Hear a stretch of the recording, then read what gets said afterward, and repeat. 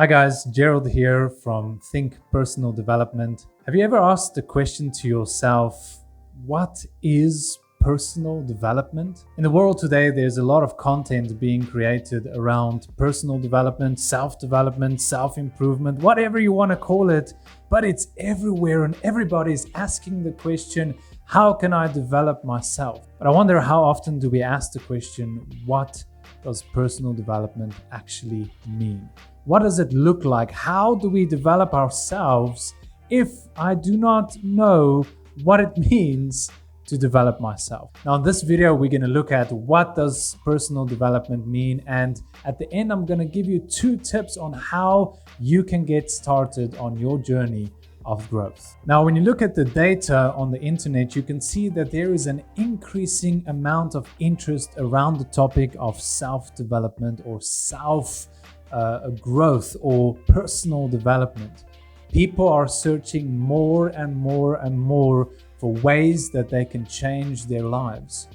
And this might be because people are growing discontent with their lives. People are no longer happy with the way things are and they want to change, but many people do not know how to change, and that is why they are searching for things like, how do I do self-development? How can I grow? How can I change myself? But many times we misunderstand exactly what self-development is. And many people fall into a pitfall, which we'll talk about in another video, but a pitfall of self-development that causes more harm than good in their lives. And there are some things that you need to understand about self-development in order for it to work in your life. Now, I get to deal with many people that have situations where they want to change. I work with many, especially with men. Oftentimes, they do not know where to start. I remember the one time this one gentleman came to me and he said to me, Gerald, I want to change my life. I want to be different. I'm tired of the way things are, but I don't know how to change. I want to give you 3 things about self-development that you need to remember. The first one is that self-development is not about developing yourself. Now, I know that sounds strange. I mean, Gerald, it's in the word, it says self-development. But it's not about developing yourself. In fact, it is simply being willing to be developed. Number 2, self-development is about recognizing the need for change in your life and then inviting that change into your life. You cannot change yourself, but you can allow yourself to be changed. And it starts with seeing the need for change, seeing the need that things have to be done differently. I need to grow. I need to change if I want my life to change. And therefore, I can start to invite that change into my life. I can be open for change in my life.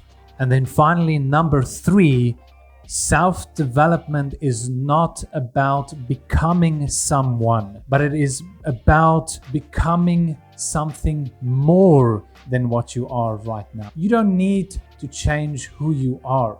You don't need to become like someone else. You need to become more like you.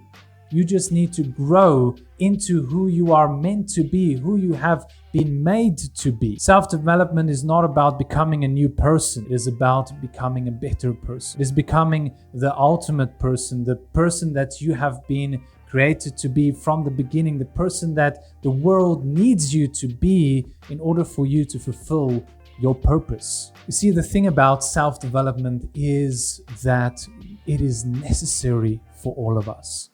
All of us need to grow. But first, we need to start with understanding what that means for us. I cannot start to develop or to grow if I do not know what that looks like or what it means to grow. And many times I see people, they're running around after self-development, looking, watching all these videos and trying to motivate themselves as if it is something that comes from within you. But it is not. Self-development is something that happens to you, but you have to allow it to happen in your life. You have to allow yourself to grow. You have to open up your mind and your heart and your thoughts towards the investment in your life to change you. It's like when you plant a little seed, that seed is not going to grow if it has no external forces exercising power upon it. That seed needs soil to grow in. That seed needs to be watered. That seed needs to die.